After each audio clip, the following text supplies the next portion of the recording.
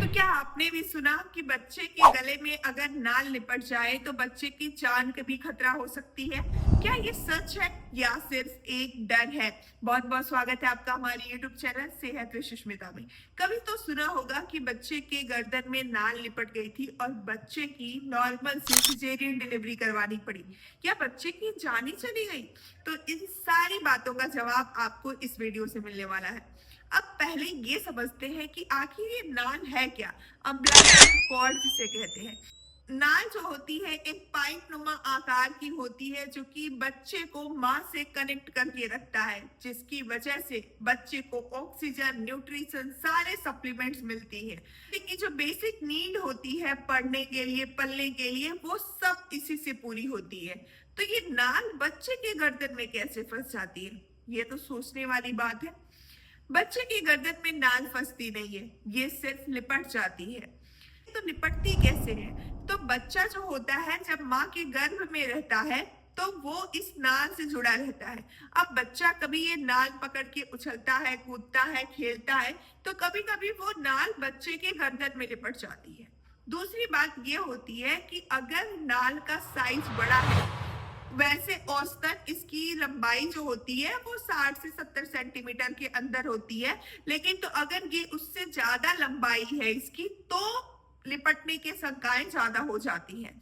वहीं दूसरी बात, अगर ये लंबाई इसकी बहुत छोटी है, तो अगर छोटी है तो कभी बच्चा घूमता है, टहलता है, इधर उधर जाता है, मतलब माँ के गर्भ में, तो बच्चे के नाल लिपट जाती है और कभी ये कस के लिपट जाती है क्योंकि बच्चे की नाल छोटी है। तीसरी की, अगर माँ के पेट में जो पानी है, गर्भ में जो पानी है वो बहुत ज्यादा है, जिसको हम लोग एमनियोटिक फ्लूइड बोलते हैं। तो अगर अगर पानी ज्यादा हो जाता है, जिसको हम लोग पॉलीहाइड्रोमिया बोलते हैं, ऐसी कंडीशन में क्या होता है कि बच्चे के गले में वो नाल लिपटी हुई मिलती है। अब करना क्या है? अगर बच्चे के गले में नाल लिपट गई है तो क्या होगा? सबसे पहली बात कि अगर बीच में ही आपको पता चलता है, प्रेगनेंसी के बीच में ही, कि आपके बच्चे के गर्दन में नाल लिपटी हुई है, तो आपको बिल्कुल भी घबराने की जरूरत नहीं है। ये नाल कभी कभी अपने आप निकल जाती है, जब बच्चा खेलता है, इधर उधर डोलता है, तो निकल जानी है। आपको क्या करना है? आपको अपनी प्रॉपर एक्टिविटीज रखनी है, बैठना नहीं है। अपने घर के काम या फिर जो आप कर रही थी आपको वैसे ही करना है। थोड़ा एक्सरसाइज, योगा, सब कुछ करना है। इससे चांसेस ज्यादा होते हैं कि बच्चे की नाल फिर से निकल सकती है।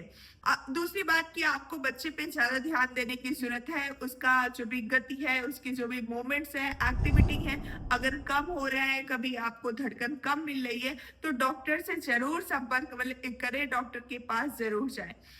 और यदि आपको पता चलता है आखिरी महीनों में कि बच्चे के गर्दन में नाल लिपटी हुई है, तो क्या करें? तो 5-6 दिन पहले अगर हम लोग अल्ट्रासाउंड के जरिए कलर डॉपलर करवाते हैं, कलर डॉपलर से ये पता चलता है कि बच्चे की गर्दन में नाल लिपटी हुई है।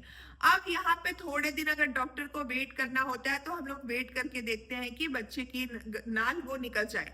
अगर नहीं निकलती है, तो अगर नाल 2 बार है या फिर 3 बार लिपटी हुई है बच्चे के गर्दन में, तो सिजेरियन सेक्शन करवाना पड़ता है। दूसरी कंडीशन ये होती है कि अगर बच्चे की हार्ट बीट कम मिल रही है, तो ये कंडीशन होती है सिजेरियन सेक्शन करवाना पड़ता है।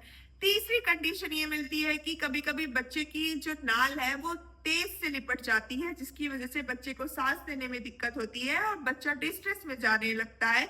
उस कंडीशन में भी सिजेरियन करवानी होती है। तो कब नॉर्मल होता है? अगर बच्चे की नाल जो है वो हल्की सी लिपटी हुई है, एक बार लिपटी हुई है और वो टाइट नहीं है, तो हम लोग बच्चे की नॉर्मल डिलीवरी करवाते हैं और प्रॉपर मॉनिटरिंग के साथ वो डिलीवरी होती है। मतलब कि अगर कोई भी इमरजेंसी हो, उसमें हम लोग सिजेरियन तुरंत ट्रांसफर कर सकते हैं, अगर बच्चा नहीं निकल रहा है, बच्चे को निकलने में समस्या उत्पन्न हो रही है। तो कुछ आप सावधानियां बरत के अपने बच्चे को प्रॉपर तरीके से डिलीवर करवा सकती हैं। ये जरूरी नहीं है कि बच्चे के गर्दन में अगर नाल लिपटी हुई है तो ये बच्चे के लिए जानलेवा साबित हो सकती है। कुछ विशेष बातों पे आप ध्यान दें और अपने बच्चे को प्रॉपर तरीके से डिलीवर करवाएं। मिलते हैं एक नई वीडियो के साथ। बहुत बहुत धन्यवाद।